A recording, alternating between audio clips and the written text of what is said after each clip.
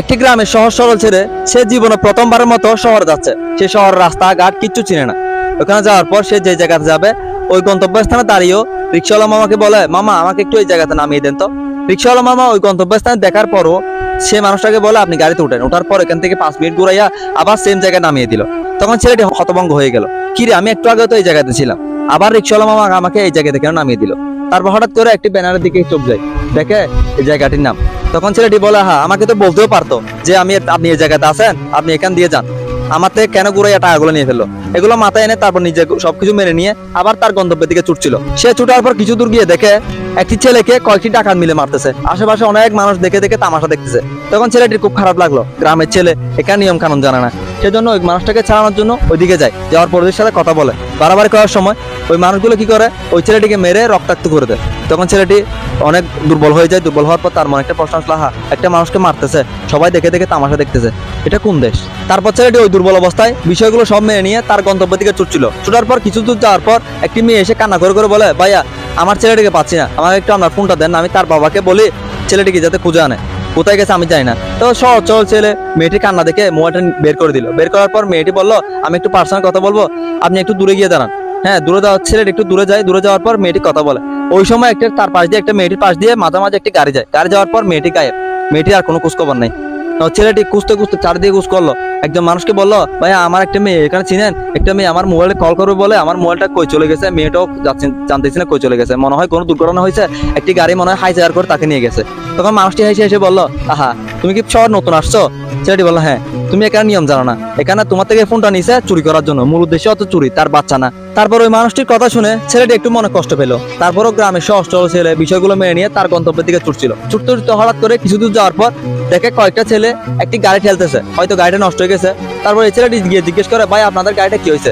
তখন ওই ছেলেগুলো বলে, আমাদের গাড়িটা একটু নষ্ট হয়ে গেছে, একটু গ্যারেজে নিবো, একটু হেল্প করেন না।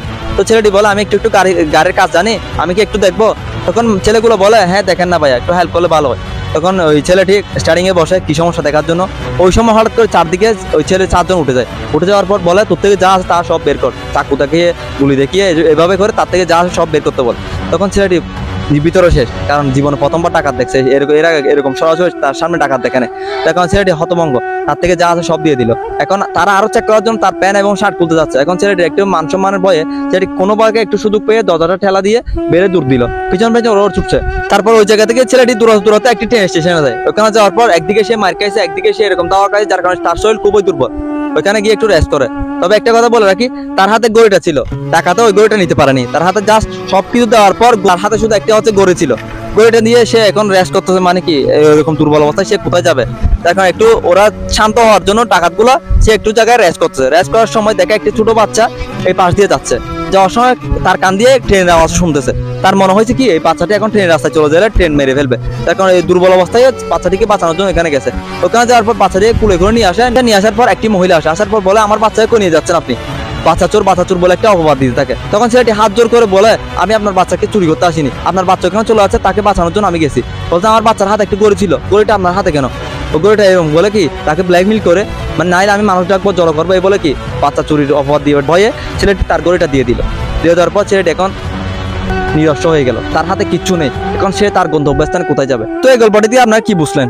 গত 15 বছর এই স্বৈরাচার সরকার থাকার সময় এরকম শহরগুলো এরকম অবস্থায় থাকতো, যাদের কোনো বিচার হতো না। যদি আপনি একটা ডাকাতকে দৌড়েও দেন, আপনি বাসার আসার আগে ডাকাতটাকে কি থানা থেকে ছেড়ে দিবে, কারণ কোনো একটা নেতা কল দিয়ে বলবে এটা আমার লোক, এটা এই গ্রুপের লোক, যার কারণে তারা এরকম কি শাস্তি না পেয়ে তারা কি এরকম সাহসগুলো বেড়ে যায়, চুরি করার সাহসগুলো বেড়ে যায়। তো এই স্বৈরাচার সরকারকে বিদায় করার জন্য আমরা আন্দোলন করে শত ছাত্র প্রাণ দিয়েছি, পাশাপাশি একটা নতুন উপদেষ্টা মহোদয় তৈরি করেছি। আশা করি সে এমন কিছু করবে না যাতে আমাদের মতো জনগণের কষ্ট হয়।